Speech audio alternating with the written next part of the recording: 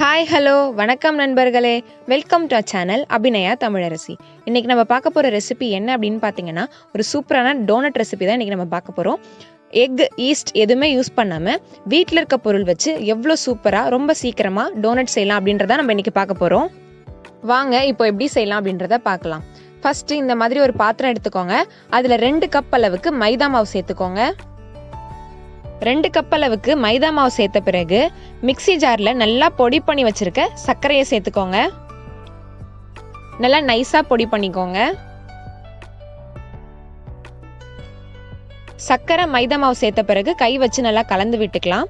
இப்போ 1 ஸ்பூன் அளவுக்கு baking powder சேர்த்துக்கோங்க. இப்போ 1/2 ஸ்பூன் அளவுக்கு பேக்கிங் சோடா சேர்த்துக்கலாம்.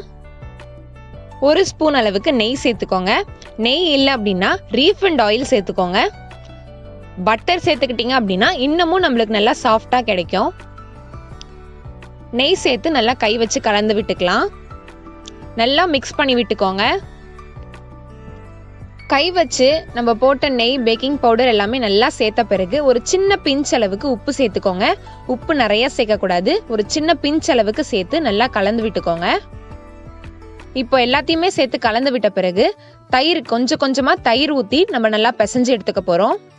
ரொம்ப அதிகமாக தயிர் விட்டுறாதீங்க, கொஞ்சம் கொஞ்சமாக நடுவில் விட்டு நல்லா சாஃப்டான மாவு பதத்துக்கு பிசைஞ்சு எடுத்துக்கலாம். சப்பாத்தி மாவு பதத்துக்கு பிசைஞ்சு எடுத்துக்கோங்க. தயிர் புளிச்ச தயிர் இல்லாமல் ஃப்ரெஷ்ஷான தயிராக இருக்கிற மாதிரி பார்த்துக்கோங்க.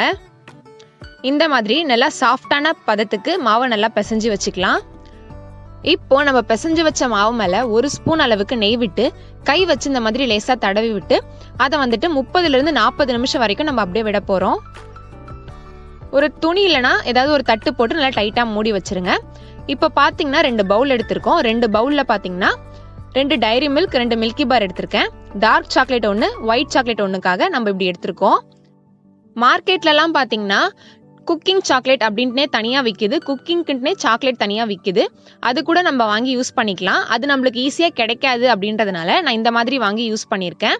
இதை டபுள் பாய்லர் மெத்தட் மூலமாக நம்ம இதை மெல்ட் பண்ணிக்க போகிறோம்.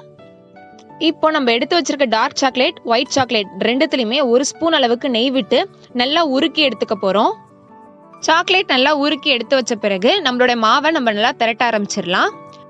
இந்த மாதிரி ஒரு பூரி சப்பாத்தி திரட்டுற கட்டையில் கொஞ்சமாக மைதா மாவு சேர்த்துக்கோங்க. மைதா மாவு சேர்த்து நம்ம உருட்டி வச்ச மாவை 3 பங்கு அப்படி இல்லைன்னா 4 பங்காக பிரிச்சுக்கலாம். இப்போ மாவை நல்லா உருட்டி எடுத்துக்கலாம். மாவு நல்லா ஒட்டாமல் இருக்கிறதுக்காக மேலே கொஞ்சம் மைதா மாவு சேர்த்துக்கலாம். மைதா மாவு சேர்த்து பூரி கட்டை வச்சு நல்லா உருட்டி எடுத்துக்கலாம்.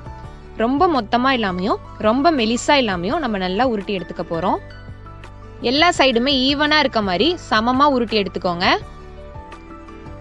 இதாங்க கரெக்டான பதம். ரொம்ப மெலிசா இல்லாமையும் மொத்தமாக இல்லாமையும் நம்ம நல்லா உருட்டி எடுத்துக்கிட்டோம்.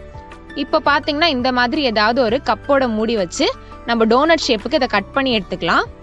மார்க்கெட்லலாம் பார்த்தீங்கன்னா டோனட் கட்டர்னு தனியாகவே விற்குது, நீங்கள் அதை கூட வாங்கி யூஸ் பண்ணிக்கலாம். இந்த மாதிரி சின்ன சின்னதாக கட் பண்ணி எடுத்த பிறகு நடுவில் ஒரு சின்ன ஓட்டை போட்டுக்கோங்க. நம்ம விரல் வச்சு கூட போட்டுக்கலாம். நான் எடுத்திருக்க மூடியிலே பின்னாடி சைடு அப்படி இருந்ததுனால நான் அதை வச்சே போட்டுக்கிட்டேன். இதுதாங்க டோனட்டோட கரெக்ட் ஷேப். இந்த அளவுக்கு நம்ம அழகாக கட் பண்ணி எடுத்துக்கலாம்.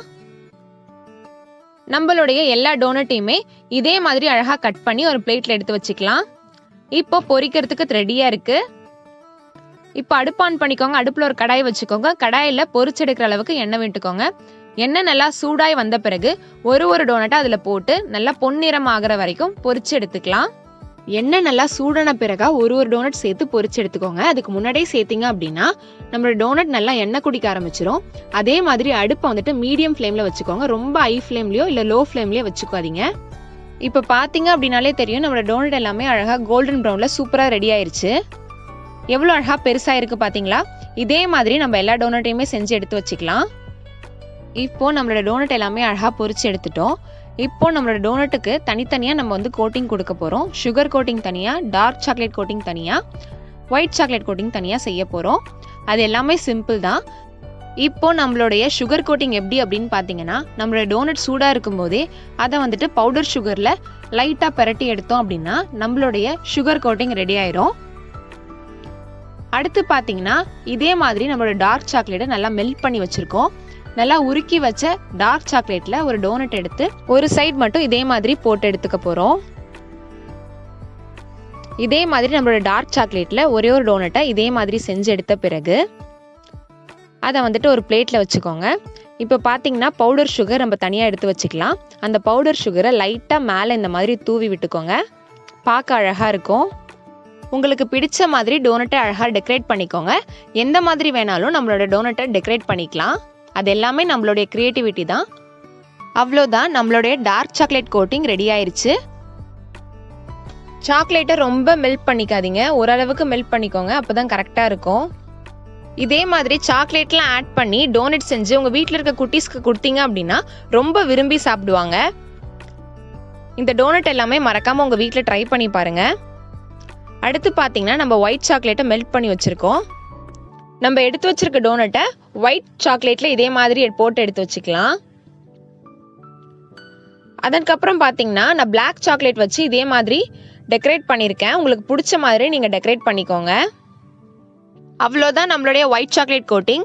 இப்போ நம்மளுடைய டோனட் எல்லாமே சாப்பிட்றதுக்கு சூப்பராக ரெடி ஆயிடுச்சு. பார்க்கவும் அழகாக சூப்பராக தயாராகிடுச்சு. இவ்வளோ தாங்க டோனட் செய்கிறது. ஓவன் இல்லாமல் எவ்வளோ சூப்பராக அழகாக வீட்லேயே டோனட் செஞ்சுட்டோம் பார்த்தீங்களா? இதே மாதிரி மறக்காமல் உங்கள் வீட்டில் இருக்க குழந்தைங்க பெரியவங்க எல்லாருக்குமே செஞ்சு கொடுத்து எப்படி இருந்துச்சு அப்படின்றத மறக்காமல் கீழே இருக்க கமெண்ட் செக்ஷனில் சொல்லுங்கள். மறக்காம என்னோட சேனலை சப்ஸ்கிரைப் பண்ணிக்கோங்க. சப்ஸ்கிரைப் பண்ணிட்டு பக்கத்தில் இருக்க பெல் ஐக்கானையும் ப்ரெஸ் பண்ணி வச்சுக்கோங்க. அதுக்கு பக்கத்தில் ஆல்னு ஒரு ஆப்ஷன் காட்டும். அதையும் மறக்காம கொடுத்துட்டீங்க அப்படின்னா நான் எப்போ வீடியோ போஸ்ட் பண்ணாலும் அது உங்களுக்கு நோட்டிஃபிகேஷனாக காட்டும். நீங்களும் மறக்காம என்னோட வீடியோ எல்லாமே தவறாம பார்க்கலாம். இதே மாதிரி சூப்பரா ஒரு அசத்தலான அடுத்த வீடியோல சந்திக்கிறேன். Until then, bye நண்பர்களே.